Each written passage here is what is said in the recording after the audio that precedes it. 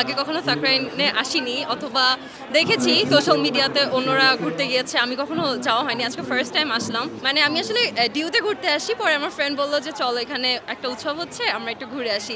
এসে দেখলাম যে নাগরদোলায় উঠলাম, তারপরে স্টলে ঘুরছি, ভালোই লাগছে।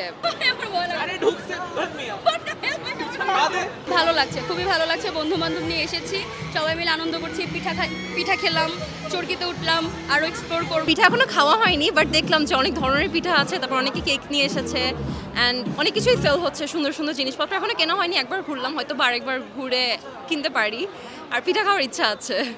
আমার খুবই ভালো লাগছে, কারণ আমার কাছে মনে হয় যে আমাদের যে বাঙালির যে কালচারগুলো আছে, ঐতিহ্য আছে, সেগুলো আমাদের সবার প্রিজার্ভ করা উচিত, মানে সংরক্ষণ করা উচিত। তো এগুলোর বেশি বেশি প্র্যাকটিস করা উচিত। অনেক রঙিন ঘুড়ি আকাশে আসলে দেখলে মন ভালো হয়ে যায়। আমি এই প্রথমবার হচ্ছে সার্কাইন অনুষ্ঠান দেখছি, বা এই স্টলও আমার ফার্স্ট টাইম নেওয়া, আর কখনো কোনো স্টলে আমি অংশগ্রহণ করিনি। আমার তো ঢাকাতে বড় হওয়া, তো আমরা তো হচ্ছে বিল্ডিং বাড়িতে বড় হই, তো ওভাবে ঘুড়ি ওড়ানো কখনো হয়নি, কিন্তু এখানে আসার পর হয়েছে। না, এখন পর্যন্ত হয়নি।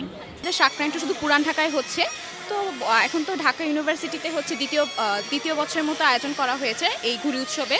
তো এটার মাধ্যমে আসলে আমরা যে শুধু সংস্কৃতি যে ছাপটা পাচ্ছি সেটা কিন্তু না, আমরা কিন্তু এখানে হচ্ছে সংস্কৃতি ছাড়াও এই যে সকলে মিলে একসাথে একত্রিত হচ্ছি, সকলে মানে একটা মেলামেশার মাধ্যমে একজন একজনকে চেনা পরিচিত, এর সবার মধ্যে একটা বন্ডিং ক্রিয়েট হচ্ছে। তা আমার কাছে মনে হয় যে এটা যে কোনো উৎসবই আমাদের জন্য খুবই গুরুত্বপূর্ণ। আসলে কিছু কিছু সংস্কৃতি না হারিয়ে যাচ্ছে, তো এগুলো যদি হয় ছোট ছোট বাচ্চারাও নতুন করে জানতে পারবে, আর আমরাও এগুলোতে যখন অংশগ্রহণ করি আমাদেরও একটা আনন্দ লাগা কাজ করে। তো সেই হিসেবে এগুলো হওয়া উচিত।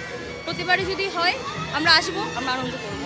ভালো লাগতেছে, মানুষ আসতেছে, দেখতেছি, যেহেতু এটা একটা খুব সুন্দর উৎসব ঘুড়ি উড়ানোর, মানুষ ঘুড়ি উড়াচ্ছে, এখানে আসতেছে, খাওয়া দাওয়া করছে, কেনাকাটা করছে, সব কিছু মিলে ভালো লাগতেছে খুব।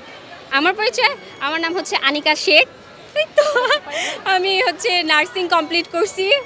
আমি ঢাকা বিশ্ববিদ্যালয়ের স্টুডেন্ট না, আমি এখানে স্টল দিছি, আমি নার্সিংয়ে ডিপ্লোমা কমপ্লিট করছি, এতটুকু। আর অনলাইনে পেজ আছে, ব্যবসা করতেছি, এতটুকু।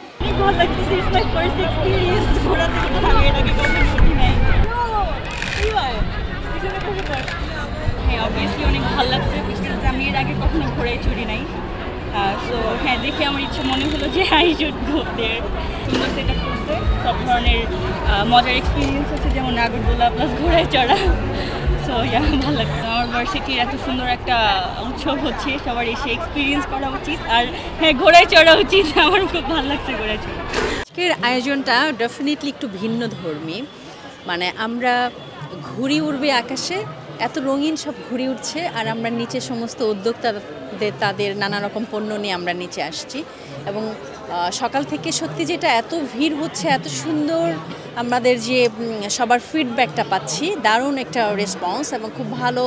আমাদের এখানে যত উদ্যোক্তারা তাদের প্রোডাক্ট নিয়ে এসেছে সবারই মোটামুটি ভালো রেসপন্স হচ্ছে এখানে।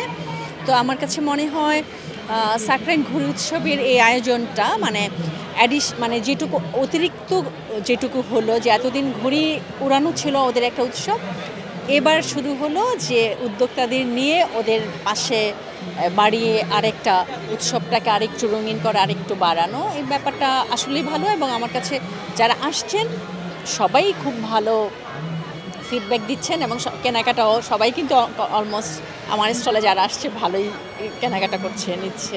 ভালো সাড়া পাচ্ছি। লোকজন আসলে এখন সাস্টেইনেবল ফ্যাশনের দিকে ঝুঁকে পড়েছে, আর এগুলো অনেক পরিবেশ বান্ধব, সহজে রিসাইকেল আপসাইকেলিং করা সম্ভব।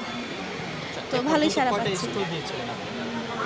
আমি তো বছরে 4-5টা করি, ফেয়ার করি, এসএমএ ফেয়ারও করেছি, আর মাইটাসে তো রেগুলার করি। কোনটার কেমন দাম? এখানে বিভিন্ন রেঞ্জের আছে, আমার একদম 100 টাকার টিপের পাতা থেকে শুরু করে 1500 এবং 4-5 হাজার টাকা, 7-8 হাজার টাকা পর্যন্ত ওয়াল হ্যাংও আছে।